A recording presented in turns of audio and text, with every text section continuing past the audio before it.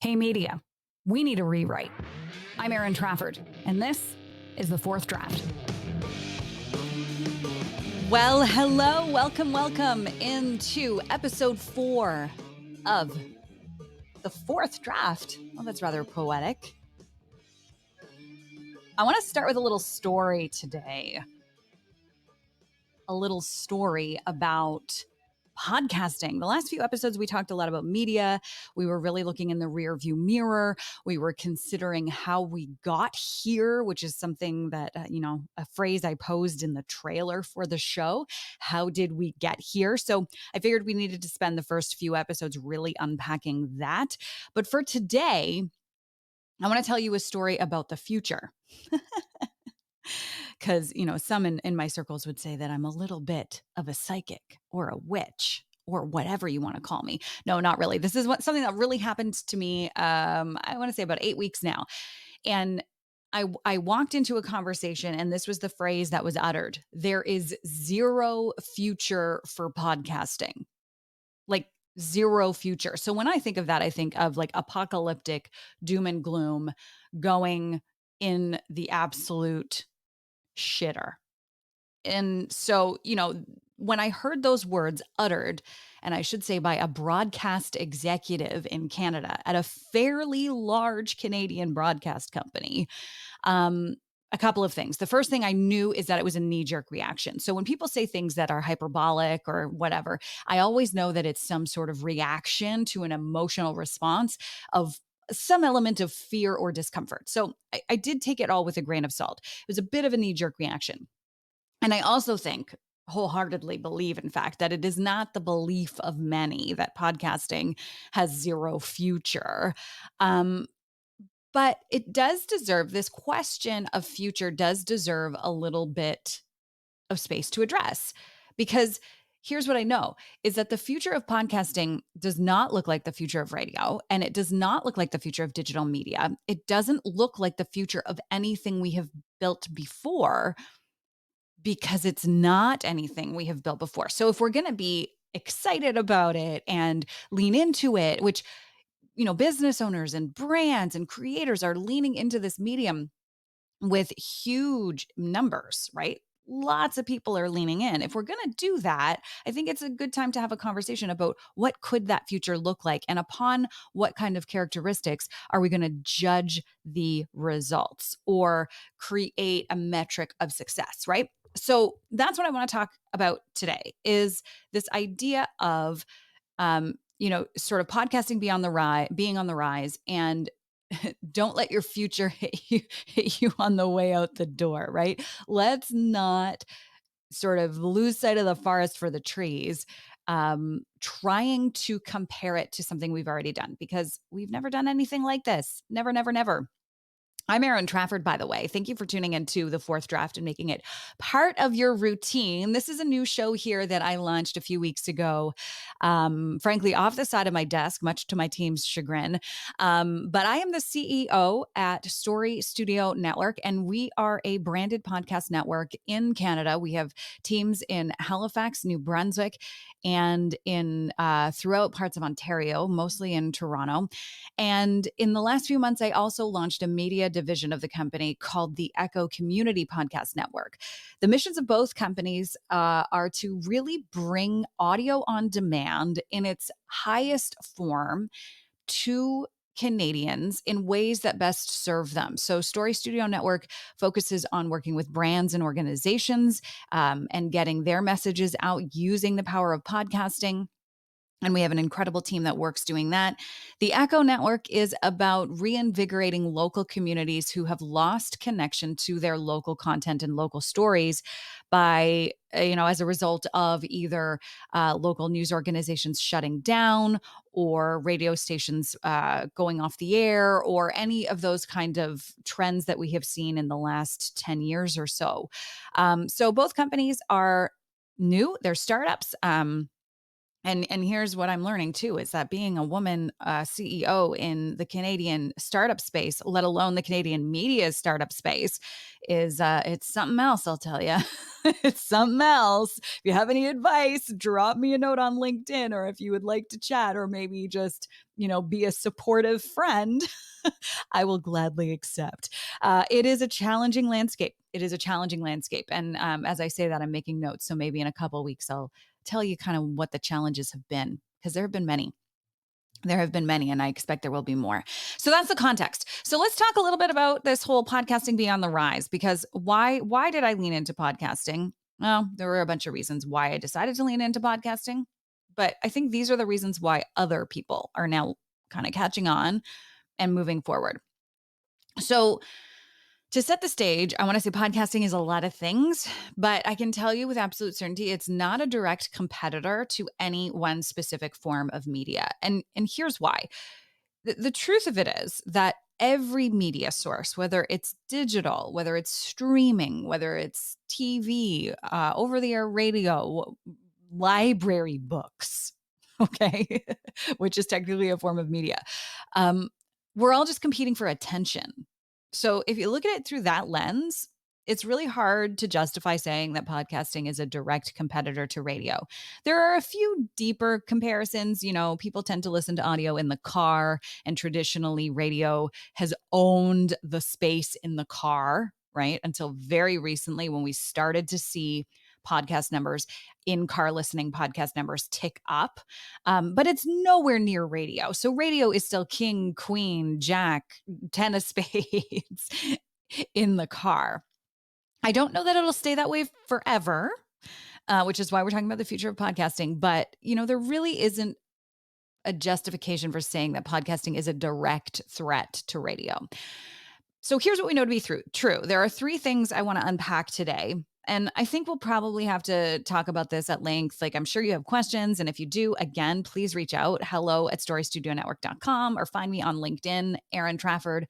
I'm always game to have a chat in the DMs over there. So I'm going to go through the three key things I want to focus on in terms of the future. First is intent.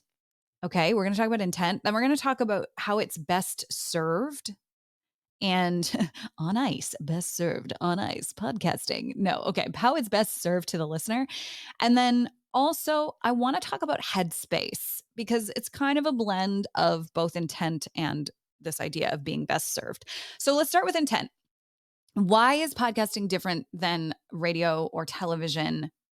Traditional television. I'm going to put streaming to the side, because what we're actually seeing is that podcasting is much more like streaming, but again, it's different. Okay. So it's different from Netflix, and it's very different from YouTube.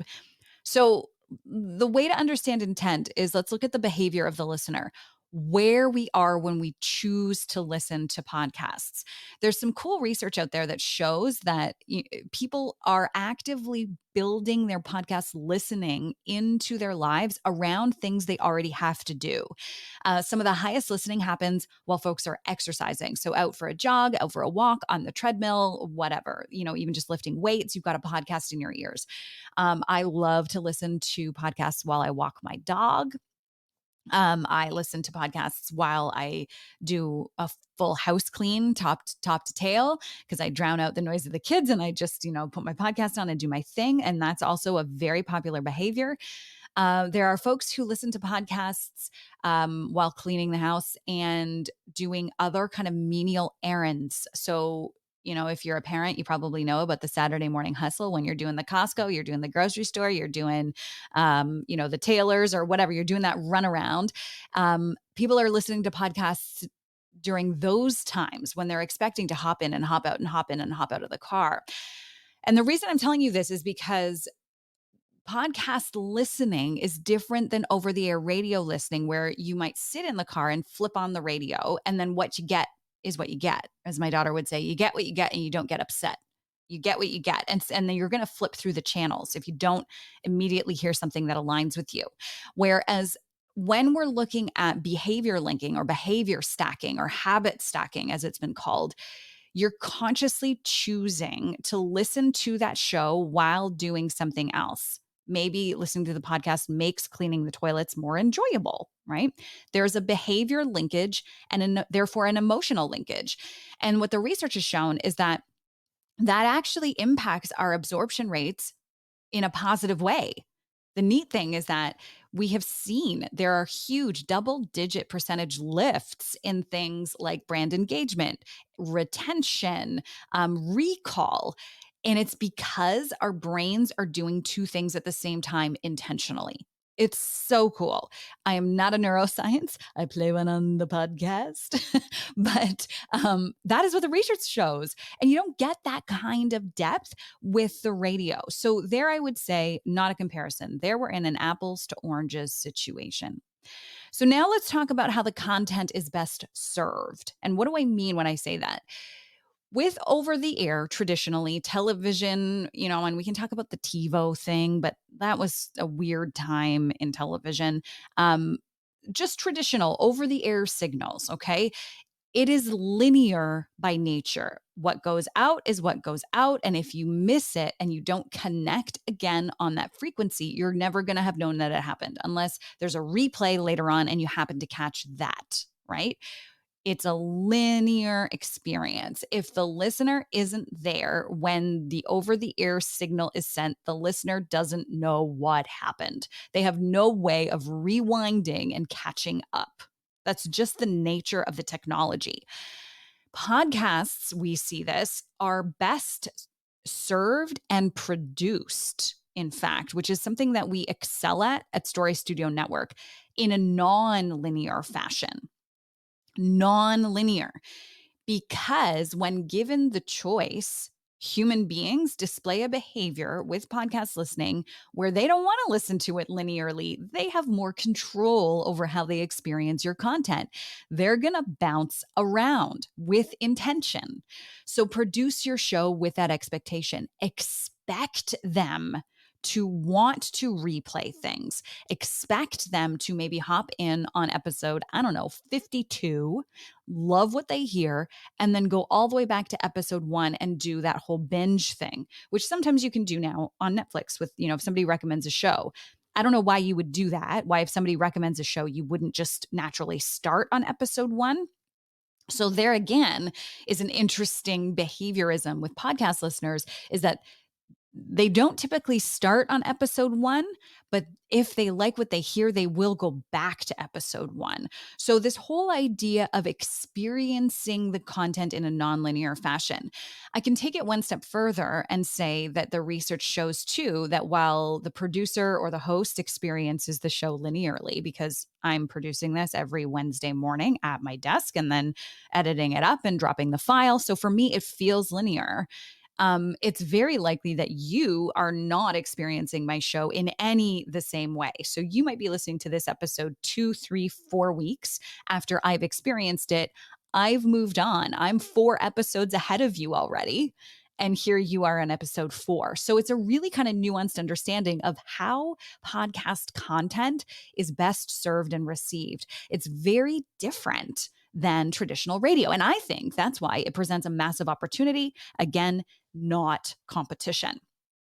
And so this last thing that I want to unpack is this concept that kind of blends that intentionality with this best served notion, which I say is about headspace. The listener to a podcast is in a completely different headspace than when they tune into anything else. So, I love listening to podcasts. I just said, when I walk my dog Banjo, I flip on a podcast. I often listen to them actually while I'm getting ready, doing my makeup for the day or whatever. I'll flip it on and put it in the bathroom while I'm getting ready. But I also really, really like watching TV in the evenings with my husband. So we'll stream some late night shows on YouTube. I have a few Netflix shows that he hates that I love. So I'll watch those, like reality TV. I sometimes am a sucker for that. So I'll watch that on Netflix. Every once in a while, we'll, intentionally binge a show together on Prime or Crave. We're huge Star Trek fans. So I also really indulge in those kinds of behaviors, the TV watching behavior. And actually, before I get to that, the other thing that I will sometimes do, and I'm trying very hard not to, is that whole scrolling on Instagram or TikTok. I took TikTok off my phone because I just can't. I just can't with the TikToks. But I do it sometimes on Instagram, is this whole like death scroll thing where you're just like zoned right out and you're just scrolling, and you look up and you've lost like 30 or 40 minutes of your life. So those are the consumption behaviors. And here's what I want you to hear me say is that it's the same person who indulges all three of those different behaviors. I intentionally flip on a podcast when I get ready in the morning or walk the dog. I intentionally sit down with my husband to watch shows on YouTube or to watch something on Prime or Crave or Netflix. I unintentionally open up Instagram and will sit there and just scroll mindlessly. But it's all my behavior, right? So, what I'm calling attention to is that my level of attention, my receptive headspace, my intentionality as a human being shifts and ebbs and flows throughout the day. I will display extremely different behaviors throughout the day. And when I'm listening to a podcast, I am nowhere near the headspace that I'm in when I'm scrolling mindlessly on Instagram. When I'm listening to a podcast, I am not in the, I want to sink into the couch with a glass of Chardonnay and a bowl of popcorn and, hang out with my husband. I'm not in the same state of mind. And the neat thing about podcasts is that it tends to be something done completely solo. 93% of podcast consumers will listen to a show with headphones on, meaning it is an incredibly personal, intentional experience. And I think that there's opportunity there too, because that's what sets it apart from the Netflix and scroll. Because often I'm on the couch with the popcorn and my husband watching Netflix, but I still have my phone. So I'm indulging in scrolling Instagram while also streaming Netflix. That's a very rare behavior when you're listening to a podcast. So there's kind of three layers here: the intention to set the podcast as part of our behavior and our day. How we're receiving that information is very different than any other digital media.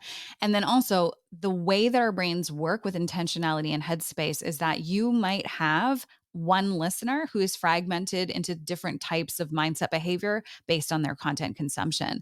And I think that that is a huge opportunity for us. And it means there's a massive future for podcasting, not that there's zero future for podcasting. There is not zero future for podcasting. So, what I'm going to propose is that we just flip this script right now. If you have been a non-believer, just allow yourself to believe in the future that we get to craft together using all these cool new tools that are out there. The future of podcasting in Canada is far from dim. So let's start talking about how it can be a beacon for old school mainstream media and not a burned out or missed opportunity. That's it for this episode of The Fourth Draft. Thank you so much for tuning in. Remember to rate and review on your podcast player of choice and share the show with folks you think might like it. Also, my contact info in the show notes, a little more detail in the show notes. And as I mentioned all the time, I appreciate a connection over on LinkedIn. And I mentioned that it would soon be a thing, and it is now a thing. So if you want to go deeper on some of this research, we've brought it all together for you. Also in the show notes, you can check out our brand spanking new in-depth guide to branded podcasts. It's a free download, and it is full of cool insights about the industry. Next episode, I'm bringing the team back in for an eavesdrop, and we're going to talk about this cult of celebrity podcasts. Asking the question, is it a good thing or a bad thing? It's certainly a thing. Thanks for listening. Until next week.